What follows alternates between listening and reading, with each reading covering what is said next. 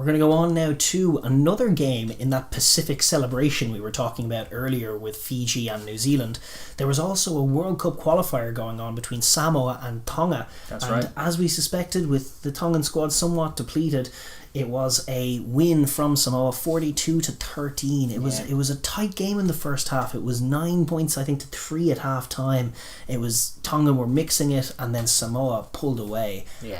With a very impressive showing in the second half, I must say. I like the look of new look Samoa. They're throwing passes, they look organised, loose heads, popping balls. Yeah. It's just great. I mean, they're really embracing the Islander running game, and they're not as big as old school Samoa sides, but they're moving the ball very well. And ultimately, they were too much for Tonga. Much too much for Tonga, who still are struggling with the gas tank for one thing, but also just the pace of play, and just generally obviously it's been kind of marred by the lack of preparation or the improper preparation and the unavailability of a lot of their players and all kinds of financial backdrops too, but yeah, Tonga just couldn't really hang for the full 80 with Samoa. Samoa looked the more organised, which we suspected was the case. That was at Mount Smart Stadium last week, and it blew out in the second half, as it often does when one team is arriving in a bit more of a pitch for battle than the other one, and that was just the case. It was the first leg of a two-legged World Cup qualifier, but the loser of it, which will likely be Tonga, will have a game against the Cook Islands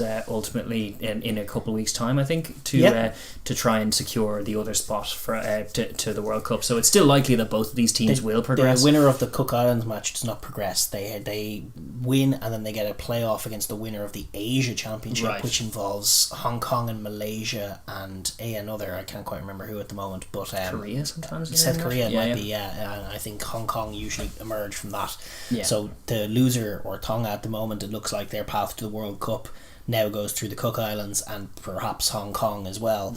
Which is the scenic route compared. Like, Samoa will be delighted with their showing in this game, with one-upping on their neighbour for one thing, but also one foot in the door as far as Rugby World Cup 2023 is concerned, and that is a big carrot for both of these sides. And Samoa took it deservedly. It's harsh on Tonga, because like we were citing all the reasons that the preparation wasn't ideal, and then conversely Samoa, their preparation, the more celebration of Pacific and traditional rugby over there in their two-match series with the Maori, that was just more than enough preparation for this game, and they just look at a slightly different level in terms of intensity and in terms of preparedness. And they do for sure, and they also just look more positive than Samoa have looked in a long time. And they obviously didn't have Saiteni in the squad. There's a couple of other men they can bring in, but the guys they did have, even Iona, like at 10, he's a romantic 10. He loves a little grubber. He seems to love just dropping it onto the toe and trying to get some stuff to happen that way. But his axis with Taifu, it just gets the wide channels. Illy's a great player. Like, they were moving the ball very well, and especially in that second half when things opened up. I mean, there were clearly mistakes as well, but Tuimoga from Loosehead getting that big extended offload away in the build up to one of their tries, it was just glorious to see. And when your man from the Chiefs, the scrum half Tem Matene, came on, the game changed. The pace of play went up, and he's going to start now this week in the second game, and he's a guy they could be looking at going forward as a real tempo generator. And I'm just excited to see sort of quick Samoa might be back. Tenny coming back from Takatora's potentially, like obviously not for this test, but just in terms of Samoa going forward, and Samoa in all likelihood going to the next World Cup, as they always do, they will be looking to kind of build positively and put in some good showings when it gets that far. But in the meantime, I guess they do meet again this weekend. That is the nature of it. It was Mount Smart Stadium first week. It's going to be FMG Stadium in Hamilton, and as we were mentioning in the All Blacks, it's likely to be rainy. It says 4 o'clock kickoff, which just flipped. It's technically Tonga v Samoa this time. It's neither home nor away. It's just in New Zealand, but it's going to be kicking off at 4 p.m. local time with Brandon Pickerel of New Zealand with the man with the whistle in the middle. It's an all New Zealand officiating team actually. Dan Waianga, Angus Moby on the sideline with Chris Hart in the TMO for any controversial decisions that may have to be made. Any massively tired, fatigued high shots or something, he'll be right in there to punish. Or to say, play on. Or to say, play on, as is sometimes the way down there. It's definitely a fun game. Tonga have been talking up a storm about flipping this on its head. Their coach was very much taking the positives from that first game. They were in the mix. They were winning contacts. They were strong in the breakdown. They were frustrating always Samoa physical. for first half. The Tongans are going to bring physicality if nothing else. It's just a question of making that count on the scoreboard and finding tries. They kicked some threes, and I know they've Fiva back in, and they'll fancy their kicking from hand. The kicking game will improve with him there. He's not my favourite 10 in Tongan history, but he is an improvement in terms of the kicking game, which is a necessary change for this game. No question. I mean, they will take some positives. The tie is likely over, and I think their coach said as much as like, we fancy beating this Samoa team. We think we can. We don't know if we can turn it around by 20 points. 29-point margin at the moment, so 30-point winning margin needed to overturn the tie, which seems unlikely. They're not the most round. They had a terrible moment in the first test that you would have hated.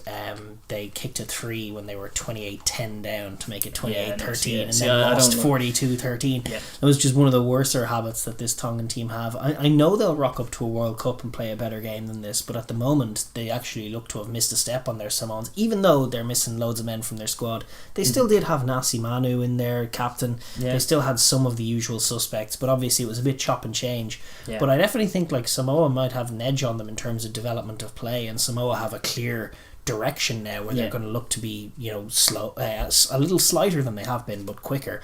But listen, where that discrepancy comes, opportunity comes, and it's going to be a wet weather game. Tonga need to look to get on top of the Samoans, force mistakes, force scrum penalties. I think they might have missed a trick by not giving Ben Tamifuna the start. I'm a big Ben fan, as you know. But, he's a big lump of a unit, and he's been improving in the top couture. He's been brilliant at the breakdown. You could even spring him from the bench. It's not bad for these teams to have impact like that to bring him. Of it's course. Like it's no physical deficiency. Plus, he's a big boy. Maybe a full 80 shift is a bit bridge too far, but a nice 20 minute in bulldoze the Samoan scrum, that is definitely part of the plan if you're Tonga. There's definitely, they can do it. We know that Samoa have a capacity, even while improving, to throw in some flounderous showings, particularly when they're met with stern contacts in the collision. And Tonga, to be fair, can bring that. It's a young Samoan team. Tematene brings speed, but it's going to be in the wet. If they can get on top of them, force them to execute, and then force mistakes, then drops can become scrums, can become Tongan penalties, can become 3s or 5s or 7s. Then Samoa can, they were put under a little bit of pressure in the first half before pulling away, but they weren't really made to chase a game at all. They weren't down by a significant amount and being bullied. That just didn't happen. They were in the mix. The Tongans need to find their world, whatever juju they have in World Cups, where they just come flying off the line and start assassinating teams, and put the fear of God into Samoa for a little bit, get on top of them, make early errors, as you say, get those early scores, but do it quickly. If they can get a couple of quick maul tries or something and then get a 14-point lead, that's your narrative where there's actually some intrigue in the context of the World Cup battle.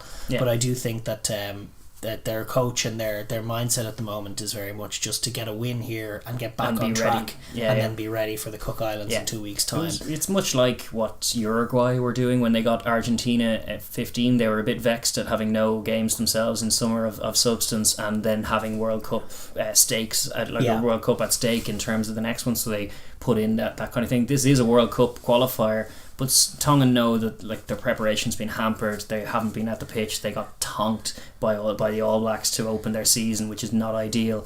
So the deficit in the first match was enough to probably decide this tie. But from here on, it is about priming yourself for a couple of weeks' time against the Cook Islands, and then ultimately against Hong Kong or whoever it is. They know their route probably now. And they know their way they're going to go about it is by being physical, and Samoa will give them an opportunity to impose themselves on a smaller team, but a good team as well. And if they miss a step, they'll learn some harsh lessons. True. As they did last week.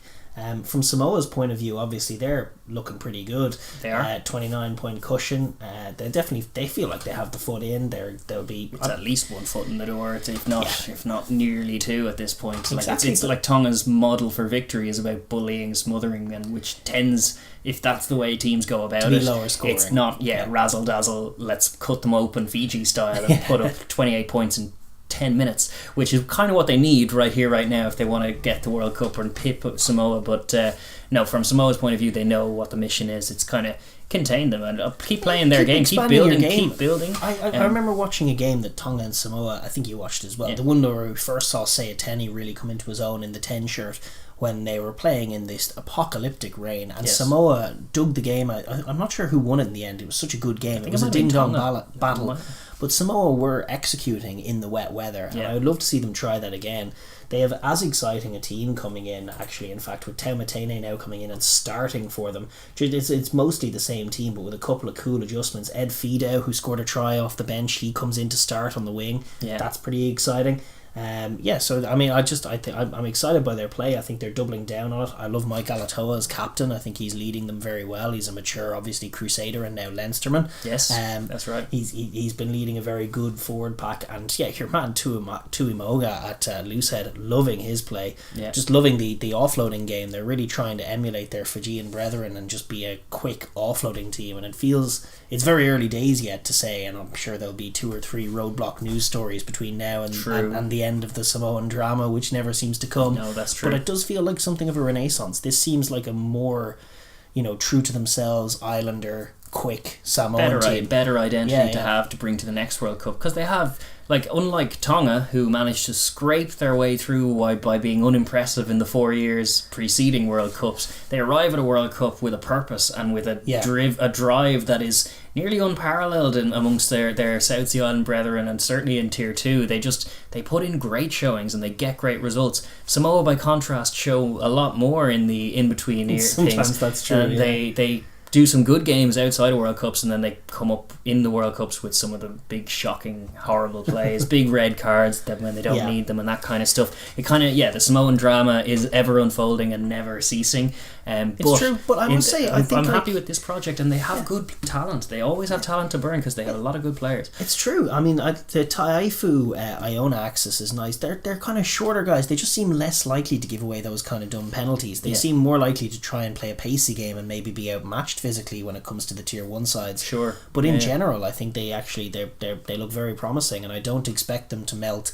I don't know if they'll be able to execute on the highest level in the wet weather, depending on how bad it is over in Hamilton. We could have a slightly scrappier game than we had in the first one, which is to be expected in wet weather anyway. But I do expect a fun Pacific battle in the wet where both teams find things, and as physical as Tonga are, I think I'm impressed by Samoa, and I expect them to come away with a win here again and really cement their renaissance and carry on their journey back towards being where they want to be, is up where Fiji are now, right on the edge of Tier 1, where they were 10-15 years ago. Beating Wales, half of what was it, half of Samoa? Western Samoa, that was it. That was a long time ago. But even in 2011, the World Cup, that Samoan team with Alassana Tuolangi was more physical than this team is, but they were all about that speed as well, and I definitely think this is, while not nearly there, I think there's positive signs. They mixed it with the Maori. They blew away this Tonga team in the second half. They should kick on. They also improved. It was marked improvement in the Maori tests, and then into this one, I expect to see the same. I think they will have too much for this particular Tonga outfit. I think they will have many great scraps in years to come, as is always the case. But I think in this instance, as we said last week, Samoa are the more ready, more primed, more kind of together looking outfit, and I expect them to win. If not by the same margin, I don't think they'll probably be able to execute quite as well in the wet, so I think that might keep the margin down, but I think they will win by more than a score, let's say. Yeah, I agree. I definitely think Samoa favourites for that one to go on and secure a World Cup place and be the first qualifier for the World Cup. Yes.